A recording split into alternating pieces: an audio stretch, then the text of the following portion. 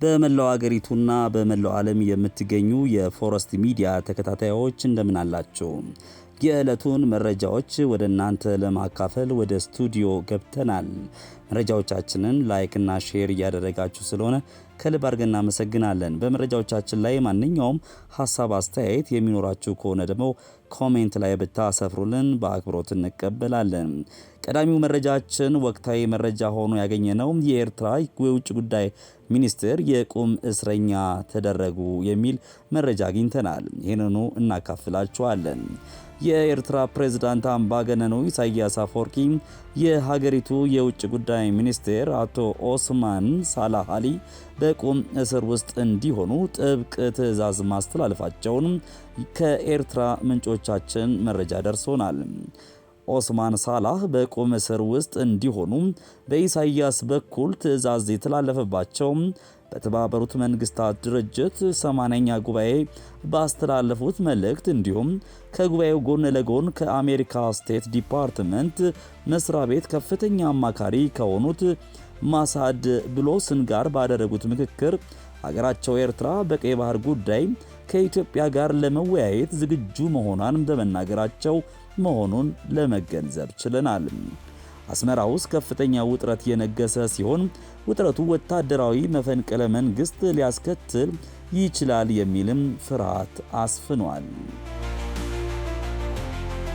በሌላ ዜና ደግሞ ያገኘነው መረጃ እንደሚያስረዳው መረጃው የሚለው ጀነራሉ ከስልጣን እንዲወገዱ ፕሬዝዳንት ኢሳያስ ማዘዛቸው ተሰማ የሚለው ሌላው መረጃችን ነው።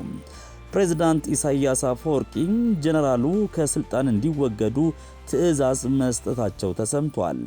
ኢሳያስ ትዕዛዙን የሰጡት ለህወሓት እንደሆነም ተነግሯል። ይህን ሚስጥር ያጋሩት ደግሞ ከወራት በፊት የፊልድ ማርሻሉ አማካሪ ሆነው ተሾሙ በሚል ስማቸው የተነሳው ጀነራል ጻድቃን ናቸው። ጀነራል ጻድቃን ከዚህ በተጨማሪም ስለ ፋኖ ኃይሎች እንቅስቃሴ ያልተጠበቀ አስተያየት ሰጥተዋል። ጀነራል ታደሰ ወረደ የመወገድ አደጋ እንደተደቀነባቸው በአሁኑ ወቅት ከመቀሌ ሸሽተው አዲስ አበባ የሚገኙት ሌተናል ጀነራል ጻድቃን ገብረትንሳኤ ገልጸዋል። ህወሓትና ሻዕቢያ ጀምረውታል የተባለውን ጥምረት ለማጠናከር ጀነራል ታደሰ ወረደ እንቅፋት ሆነዋል የሚል ግምገማ እንዳላቸው ጀነራል ጻድቃን አዲስ በሰጡት ቃለ መጠይቅም ተናግረዋል። ጀነራሉ በወቅታዊ ጉዳይ ለኤንቢሲ ኢትዮጵያ ቴሌቪዥን በሰጡት ቃለ መጠይቅ ሻዕቢያ ጀነራል ታደሰ ወረደ መወገድ አለባቸው የሚል ቅድመ ሁኔታ አስቀምጧል ብለዋል። በዚሁ ቅድመ ሁኔታ መሰረት ጀነራል ታደሰ ወረደን ማስወገድ ለህወሓት የተሰጠ የቤት ስራ ነው ተብሏል። ተቀንጭቦ በተሰራጨው በዚህ ቃለ ምልልስ አስተዳደር የተባበሩት ጌታቸውን ረዳ የፕሬዝዳንትነት ስልጣን ሲረከቡ የፈረሟቸውን 8 ነጥቦች አለመፈጸማቸውን ጀነራል ጻድቃን ገልጸዋል። በዓለም አቀፍ ማህበረሰቡ ዘንድ የፈረሙትን ነጥብ አንዱን አልፈጸሙም ያሉት ጀነራል ተፈናቃዮችን አልመለስም፣ ከውጭ ኃይሎች ጋርም መገናኘቱን አላስቆመም በማለትም ከሰዋል። በህወሓት አቅራቢነት በጠቅላይ ሚኒስትር አብይ አህመድ የተሾሙት ጀነራል ታደሰም ህወሓት የጀመረውን የውጭ ግንኙነት ለማስቆም የቃል ኪዳን ሰነድ መፈረማቸው ይታወሳል። ይሁን እንጂ ጀነራሉ ከተሾሙ በኋላ ጽምዶ በሚል የተጀመረውን የህወሓትና የሻዕቢያ ግንኙነት በህዝብ ለህዝብ ግንኙነት ላይ የተመሰረተ ከሆነ እንደማይቃወም መግለጻቸው ይታወሳል። ጀነራሉ በቃለ መጠይቁ የኤርትራ ባለስልጣናት እንደ ህወሓት እና ፋኖ ያሉ የመንግስት ተቀናቃኝ ኃይሎችን በማስተሳሰር ኢትዮጵያ የማተራመስ እንቅስቃሴ ውስጥ ገብተዋል ብለዋል። ህወሓት በግል ከኤርትራ ፕሬዝዳንት ኢሳያስ አፈወርቂ አስተዳደር ጋር አብሯል ያሉት ጀነራሉ የጀመሩት ግንኙነት ህዝባዊ ተቀባይነት እንዳገኝ እየራ መሆኑንም ጠቁመዋል። የሻዕቢያና የህወሓትን ጥምረት ለትግራይ ህዝብ ለማሳመን የሚቀርበው ምክንያት ወልቃይትን ለማስመለስ ከኢሳያስ ጋር እንተባበራለን በሚል መሆኑን ጀነራሉ ተናግረዋል። እንዲሁም ህዝብ ለህዝብ ቢገናኝ ምን ችግር አለው የሚል ሐሳብ በማንሳት ግንኙነቱ በህዝብ ዘንድ ተቀባይነት እንዲያገኝ እየሞከሩ ነው ብለዋል። ይሁን እንጂ እንደ ጀነራል ጻድቃን ግምገማም የትግራይ ህዝብ የህወሓትን ኮርኳሪ ማደናገሪያ ሐሳብ አይቀበልም ብለዋል። ህወሓት ከሰሞኑ ከ2000 በላይ የህዝብ ተወካይ ናቸው ያላቸውን ካድሬዎች ሰብስቦ ባካሄደው ስብሰባ ከኤርትራ ጋር በህዝብ ለህዝብ ስም የተጀመረው ግንኙነት ተጠናክሮ እንደሚቀጥል አስታውቀዋል። አዲሱ የተሽከርካሪ ሰሌዳ መለያ ቁጥር ይፋ ሆነ። ኢትዮጵያን የሚገልጹ መለያዎችን የያዘው አዲሱ የተሽከርካሪ ሰሌዳ መለያ ቁጥር ይፋ ሆኗል። የትራንስፖርትና ሎጂስቲክስ ሚኒስቴር ኢትዮጵያን የሚገልጹ መለያዎችን የያዘውን አዲሱን የተሽከርካሪ ሰሌዳ መለያ ቁጥር ይፋ አድርጓል። የትራንስፖርትና ሎጂስቲክስ ሚኒስትሩ ዶክተር አለሙ ስሜ ይህንን አስመልክቶ በሰጡት መግለጫ ሚኒስትሩ አዲስ የተሽከርካሪዎች የመለያ ቁጥር ሰሌዳ አይነቶችና ምልክቶች መወሰኛና የአገልግሎት አሰጣጥ መመሪያ ቁጥር 1050/2017 ማዘጋጀቱንና በዚሁ መሰረትም የተሽከርካሪ ሰሌዳ መለያ ቁጥር በአዲስ እንደሚተጋ ገልጸዋል። በስራ ላይ ያለው ሰሌዳ ከዘርፉ እድገትና ኢትዮጵያ ከፈረመቻቸው ዓለም አቀፍ ስምምነቶች ጋር አብሮ የማይሄዱ በመሆኑ አዲስ የተሽከርካሪ ሰሌዳ ማስፈለጉን ነው ያመለከቱት። ነባሩ ሰሌዳ ለቁጥጥር ስርዓትም አመቺ ያለመሆኑና ለሕገ ወጥነትም የተጋለጠ መሆኑን ገልጸው አዲሱ የተሽከርካሪ ሰሌዳ በቴክኖሎጂ በታገዘ አሰራር የሚመራ በመሆኑ ለአሰራር አመቺ ነው ብለዋል። አዲሱ ሰሌዳ ስለ ተሽከርካሪው ሙሉ መረጃ የሚሰጡና ተቆጣጣሪ አካላት በቴክኖሎጂ የሚለዩቸው ሚስጥራዊ መረጃዎችን ያካተተ ነው ያሉት ሚኒስትሩ ይህም ማጭበርበርን ሙሉ በሙሉ የሚያስቀር ስለመሆኑ ገልጸዋል። በ2018 ዓ.ም አዲሱን የተሽከርካሪ ሰሌዳ ሙሉ በሙሉ የመተካት ስራ እንደሚከናወን ገልጸው የተሽከርካሪ ባለቤቶች በሚወጣው የጊዜ ሰሌዳ መሰረት ምዝገባ ማድረግ እንዳለባቸው አስገንዝበዋል። የፋብሪካው ምርምርና ስርጸት አገልግሎት የምርምር ሂደት ያጠናቀቁ አዳዲስ የሸንኮራ አገዳ ዝርያዎች በሙከራ ማሳዎች ላይ የማባዛት ስራ እያከናወነ እንደሚገኝ አስታወቀ።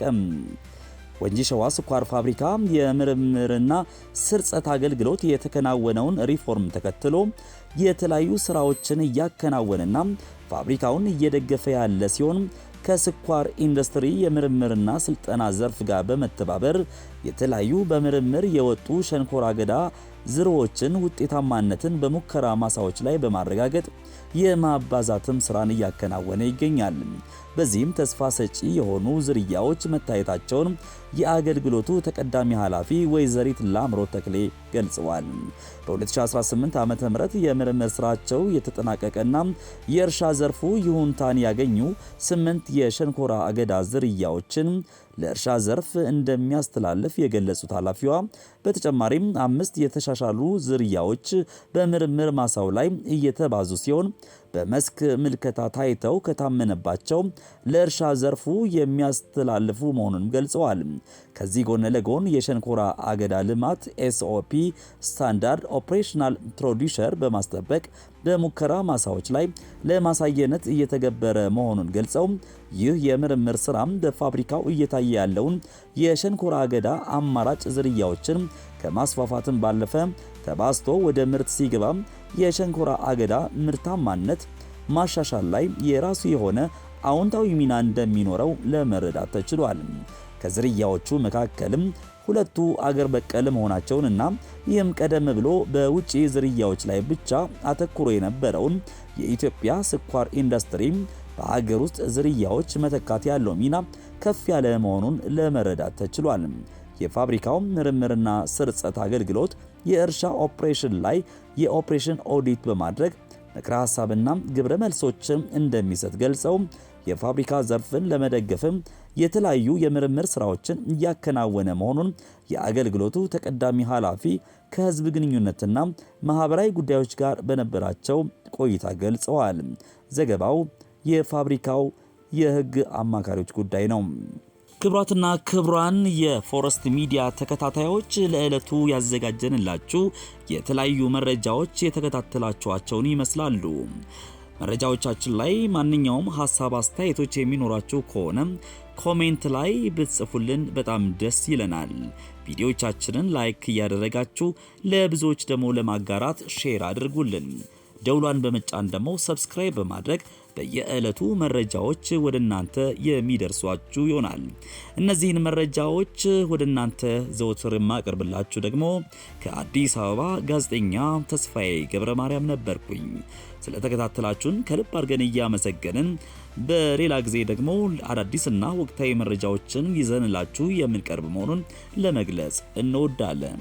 ፎረስት ሚዲያ ሁልጊዜም ተአማኒና ሚዛናዊ የሆኑ መረጃዎችን ለሀገር ውስጥና ለውጪ ለሚገኙ አድማጭ ተመልካቾቻችን ወደ እናንተ ይዘንላችሁ ስንቀርብ እናንተ ደግሞ አጋርነታችሁን ላይክ ሼር እያደረጋችሁ እንዲሁም ደግሞ ደውሏን እየተጫናችሁ ሰብስክራይብ ብታደርጉልን እጅግ በጣም ደስ ይለናል። ለስካሁኑም ላይክ ሼር ሰብስክራይብ ላደረጋችሁ ውድ አድማጭ ተመልካቾቻችን ደግሞ ከፍ ያለ ምስጋና ለማቅረብ እንወዳለን። ፎረስት ሚዲያ ማህበራዊ ሚዲያ ሆኖ ተጽዕኖ ፈጣሪ ሆኖ ከናንተ ጋር ዛሬም ነገም ወደፊትም አጠናክሮ የሚቀጥል ይሆናል። በያላችሁበት መልካም ጊዜ ተመኝቻለሁ።